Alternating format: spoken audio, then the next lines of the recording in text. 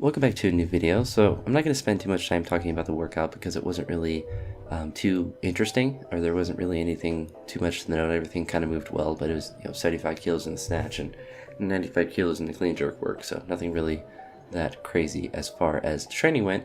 But I was able to do this really light training session that I did on Saturday in the shed, which is always beautiful to have.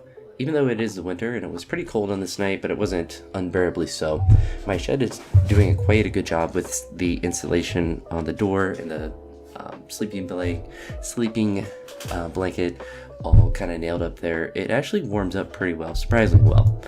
So I'm able to do pretty good sessions in there. The only kind of sessions I wouldn't want to do in the shed at this point in the winter are like heavy or classic lifts from the floor, just because it just takes so long to warm up. It's nice to do 1 or 2 sessions in there. Sessions like this that are really light, or like strength work sessions. I find that if I'm just warming up for squats or for even for push presses or for pulls, it's not really that difficult to get warmed up for those. But if I'm doing like the classic lifts, it's more difficult because you just kind of want to have more layers on. So I think it's just less comfortable to do those lifts in if you're pushing up the percentages. But for these kind of workouts, it's like perfect, and it's a huge advantage to having training facilities at my house in any capacity, because I can do sessions like this. I don't have to drive 30 minutes to the gym to do lifts like this. I can just go out to my shed and do it. So it saves me a lot of time, and it's just so convenient to have, because you can, if you're not motivated, if I didn't have the shed to lift in, a session like this I just wouldn't have done, probably, because it just wouldn't have been worth to drive an hour to go to the gym, or an hour total round trip to drive to the gym and back to do this light of a session. So I might have combined it on a different day, or I would have just went heavier than I would have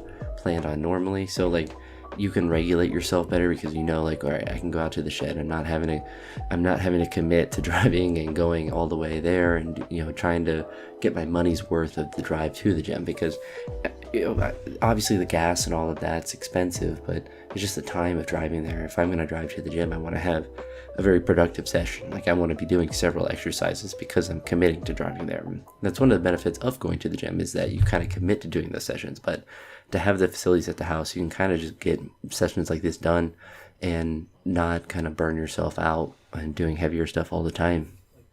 So it's definitely something, obviously it's expensive at first, but it's nice once you do have it, because it's mostly a finite expense. Like, once you have the stuff, it just is there, and me and my roommate are the only people that use it, so it will essentially last forever.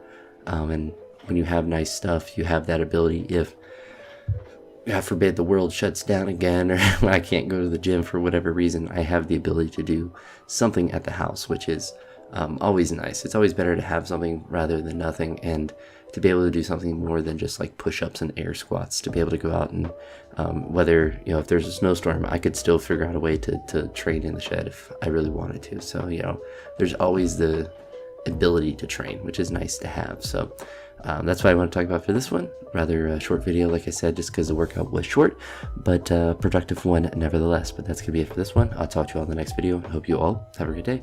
Peace.